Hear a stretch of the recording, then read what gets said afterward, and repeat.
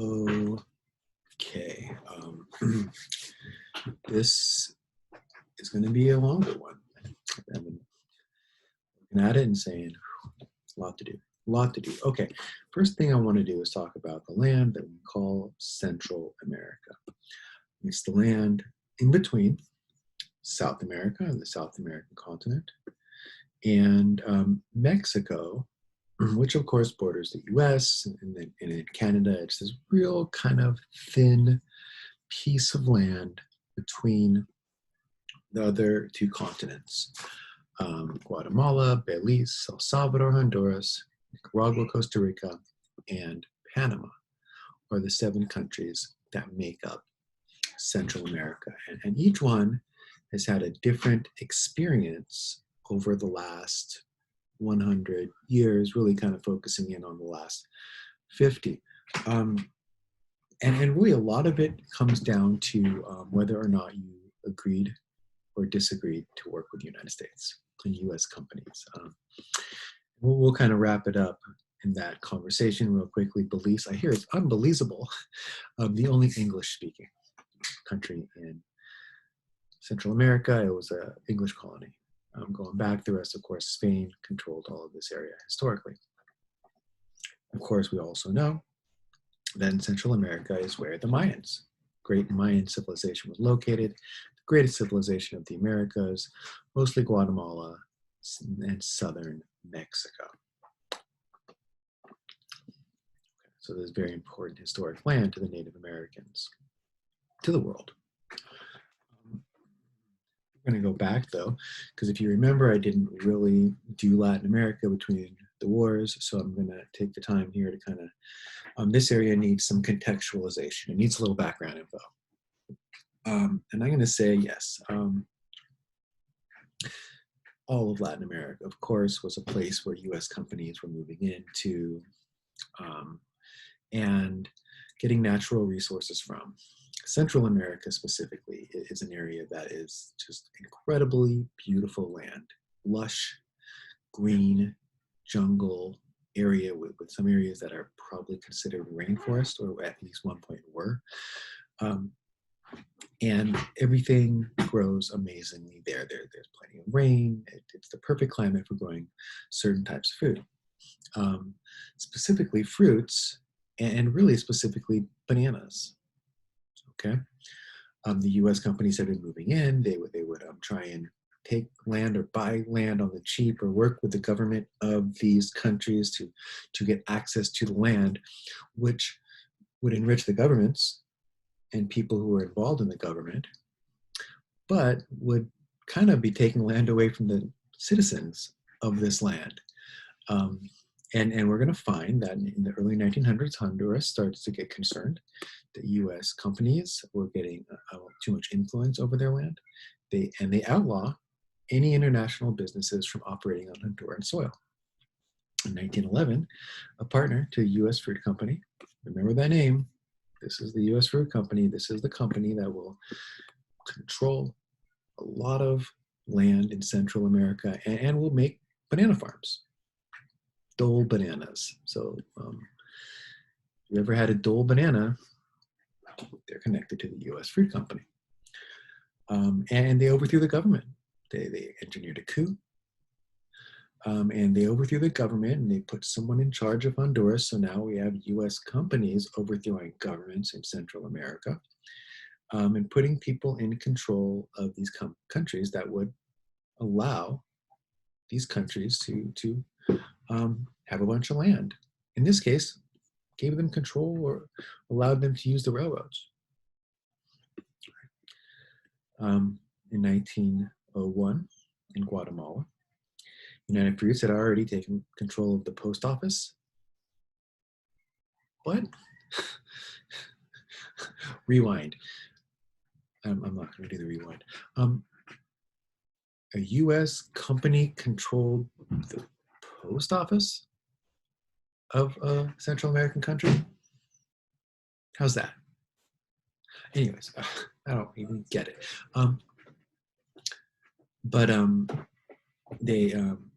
The government, who was obviously a friend to the U.S., gave the United Fruit Company 90-year grant over huge chunks of land in Honduras, the most fertile land in Honduras, best land for growing bananas. And get this, they even outlawed local farmers from using the roads to bring their bananas to market. So, of course,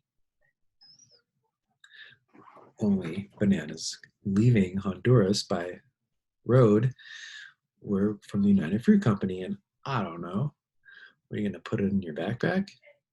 You got to have a lot of people walking bananas in their backpack to get a legitimate amount to sell out of your country into Mexico. Guatemala borders Mexico. It's on the Mexico southern border. Okay, so now we're going to skip ahead into the Cold War period. And in 1951, a new government takes over in Guatemala, led by a guy named Jacobo Arbenz. I'm sorry about mispronunciation, not now, but also all year. And the U.S. overthrew this guy. The U.S. Came in and installed a military government that would allow. The reason why they overthrew him, let me backtrack, is because he wasn't going to allow the United Fruit Company to have such control over the land in Guatemala anymore. Okay.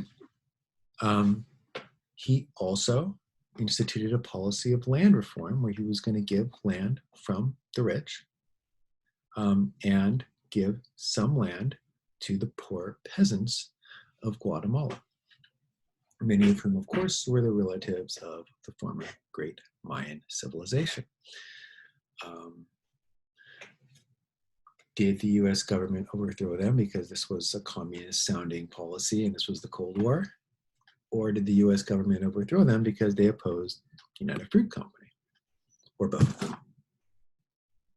I don't know. So the US then supported right-wing death squads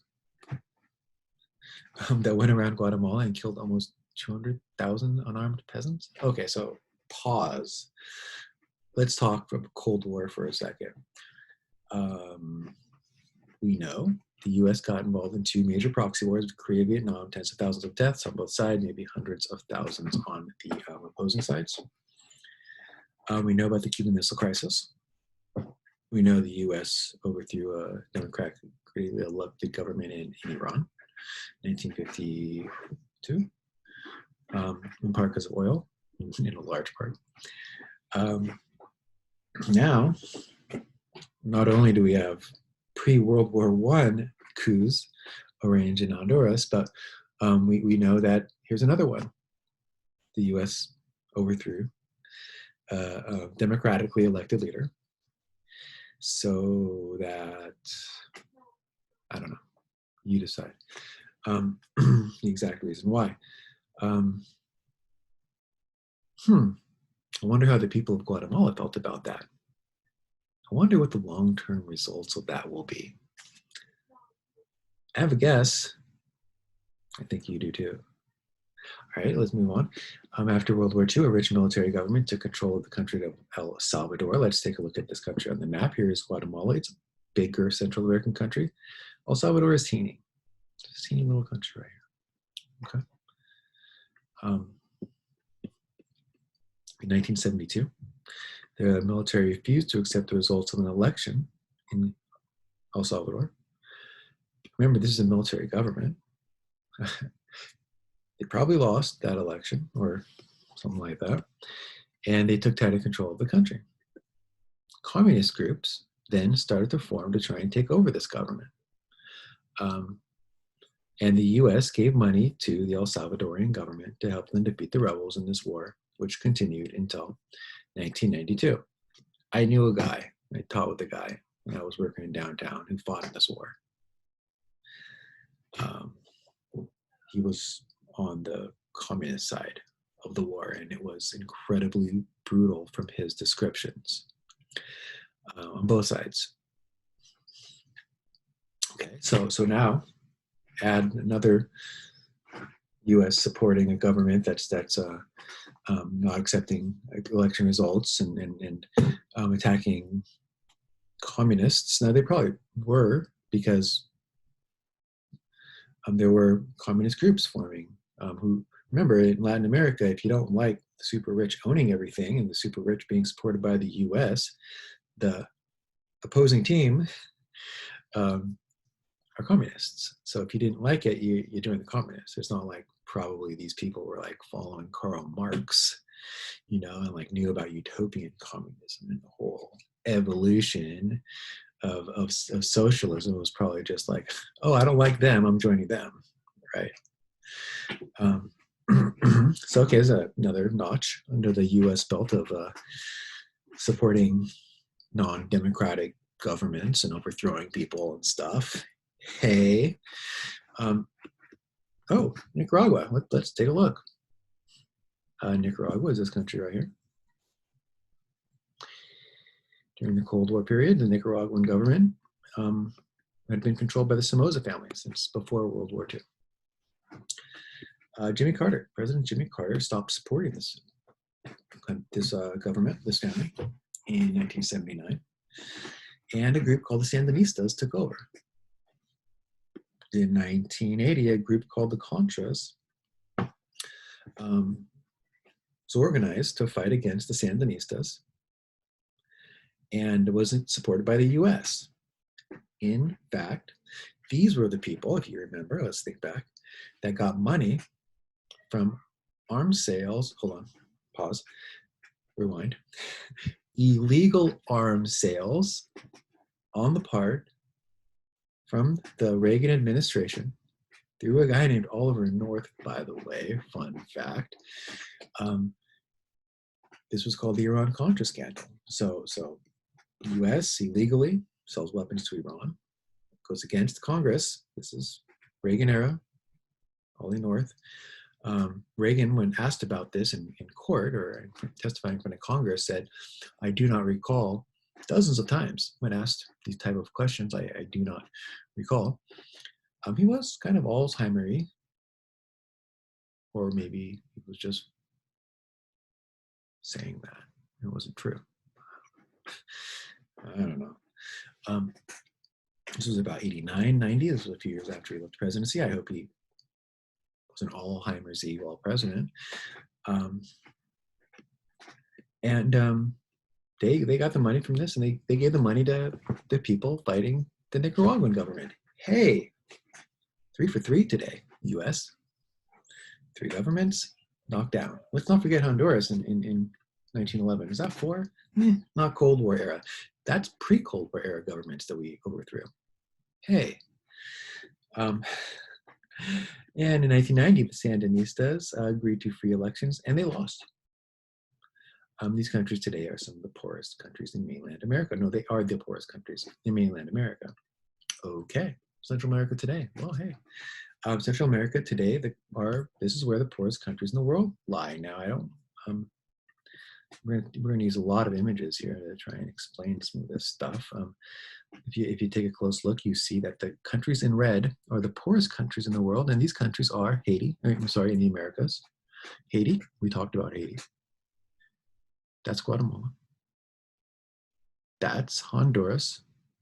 And that's El Salvador. Now, how did Honduras get so poor? Well, of course, 1911 overthrew their government, but also during the wars in Nicaragua and El Salvador, violence spilled over into Honduras as well. So Honduras, kind of third party, got in the middle of 2 wars that were going around it, both supported by and fomented by the US. Okay, so they're the poorest places in the Americas now. Just for fun, let's keep looking at some numbers. High poverty rates in Central America is a driving force as to why there's, well, really, frankly, a lot of immigration or migration or asylum seeking from these countries today. Look at this. Mexico, this isn't Central America, 43%. Guatemala, wow, 59% poverty rate. Yikes. Honduras, 65. Wow, I think in America we're like 20, 30 in that range. Just to give you an idea, not as bad though in El Salvador, but we saw them as being one of the poorest countries in the world. Maybe they have a different poverty line there. we're going to find out that El Salvador's government is kind of maybe controlled by Los Angeles street gangs. I don't know, at least in some places. All right, so let's take a look. This is gross domestic product of the Americas, Latin American countries. GDP is one of the measures of economic success of a country. Per capita, so this isn't large countries, or do better than poor countries in regular GDP, but when you look at it per capita, you take the GDP and divide it by the population, so it's more about the average citizen. Boom, Guatemala, El Salvador, Honduras, right at the bottom. Haiti's the worst. Oh, look, there's Nicaragua. Also, one of the countries the U.S. got its fingers into. Bolivia is the only one that is down in this list that the U.S. did not get involved with, other than Haiti. We talked about Haiti. Did the U.S. get involved in Haiti and stuff? Well, I don't know. I'm not going there now. It was a previous lecture. Okay. Wow. Poor countries, right? We're establishing that these are very poor countries today. And the story of imperialism, right, is that where the Europeans went and took over, or oftentimes the US, right, they didn't take over countries, but they just wanted to economically influence these countries, get their fingers into the government and mix it all around.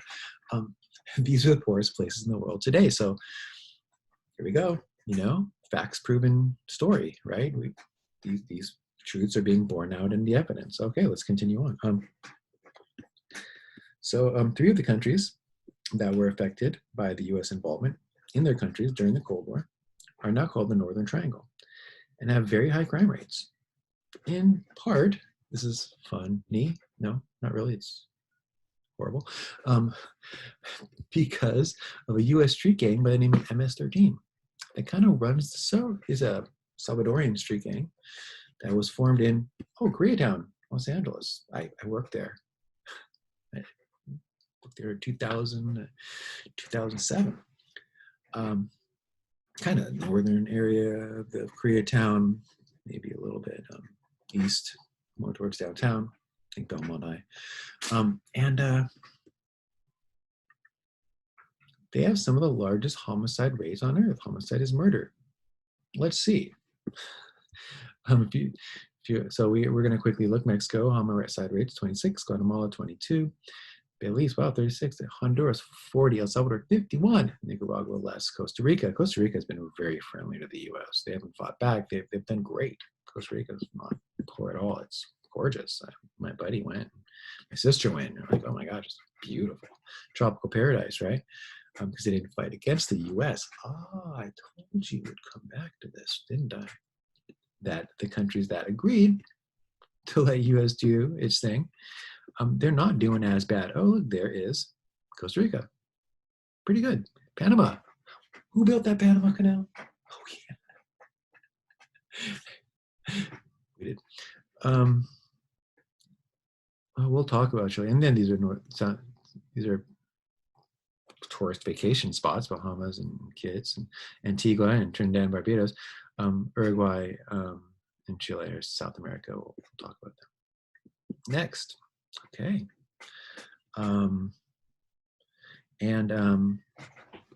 So these are violent places. If you remember the murder map back when we talked about South Africa, and I did this just for fun. I was like, what color were they on the murder map? Remember there was a murder map? It's really unfortunate thing, right? Look, they're gray. They just didn't give their data. They're like, we're not giving data. Same thing with all this part of Africa. Wonder what that means. I really don't know what that means. But when we look here, we found the data that says that these are incredible murdery places. Should I be using these words? What? Okay, I'm sorry, folks. But a lot of people leave these countries now. Now, this is interesting. When I was a kid, and I believe the period, and I'm kind of going off, old college classes, 1950 to 2000, 1990, 1980, in this era, right? The largest group of immigrants coming into this country were from Mexico. There's still, we know that in Los Angeles, the largest country of origin is Mexico. all of LA. In our area, we have large Latin American influence, and a lot of that is Mexico. But the thing about it is that recently, there haven't been as many Mexican immigrants coming into this country. Instead, we see Mexico, net immigration has gone down in the time period we're looking at. I couldn't find more recent stats, but look at the Central American countries. Look at the Northern Triangle. And I can tell you, from my personal experience, having worked in downtown from 2000 to 2007, and then I worked in South Central, which I'm not sure if you've been there, but it's close to the same area I'm talking about. I worked there from 2012 to 2015, right before I got my job at Woodland Hills. Hey, living good, Taft. Sorry. When I was working in downtown, there was a large El Salvadorian population, but that was chilling out, and the Guatemalan population was picking up. Okay, and then when I got to South Central, when I got myself down to West Adams, the Guatemalan immigrants had slowed down, and now it's the Honduran immigrants that were picking up in that period. And this is just my personal firsthand input to this conversation. I was a man who was a big part of those communities for many years. So Mexican immigration has slowed down, and Central American immigration has picked up, probably because of the violence, right? And Mexico is, it's got its own issues, but it's not as bad. We'll leave it there. If you look here at Central American immigration into this country, I just dislike when my charts do that. You can see that, this is a great recession. They don't, immigrants don't come here because of the beautiful land, although they should, because it's beautiful here. I love where we live. But it's for the jobs, right? And when the jobs went away, there was a slight downtick, but you can see that starting around 2000, Central American immigration picks up dramatically.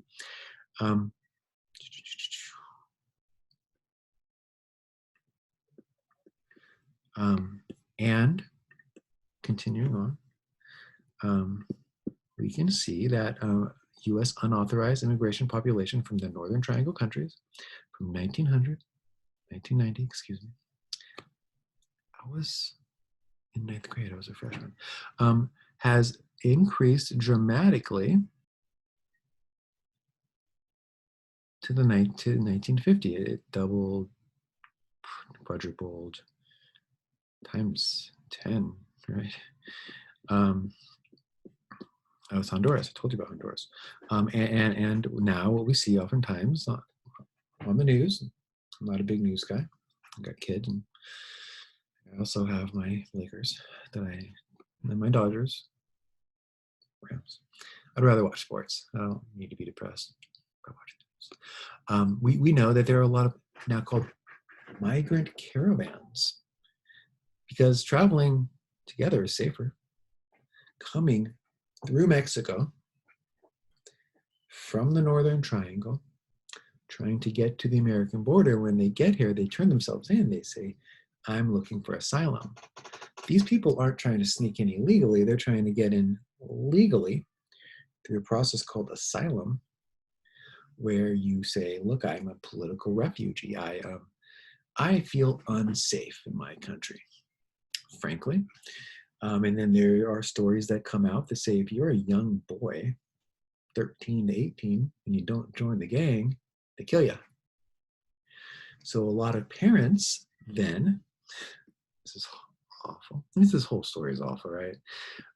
Decide to send their unaccompanied minor children in the caravan to cross the border, claim asylum. Now, oftentimes, if they get accepted into asylum, which I believe is something like 10%, it doesn't happen often, maybe 20, I don't know, not 100%. They then try and then be given to live with the families who are already here, because a lot of families, one family member gets here, and then the rest come in asylum seeking, and hey, let us join the family that's already here. Okay. But if you look, unaccompanied minors, just the fact that exists, what is that, 50,000 unaccompanied minors have showed up just each year. And look at the families, though. These are moms, and dads showing up saying, my son here he's not, I don't want him to get involved in that. And just a spike, 1918 or 1918. I'm tired. 2018. And what's that last one? Adults. Okay, and the adults. Oh, adults are going down. So less adults coming. Wow. Okay. So just looking at facts, we can kind of come to our own conclusion as to how things are going in Central America today, specifically the countries that the U.S. meddled in. Not the countries that went along with us, where we saw Panama and Costa Rica. Right?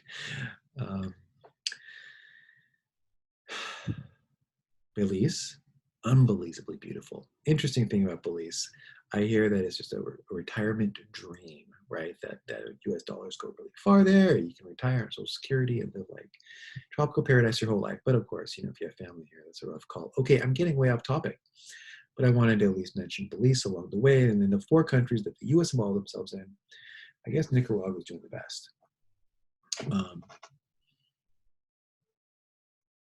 Central America, folks.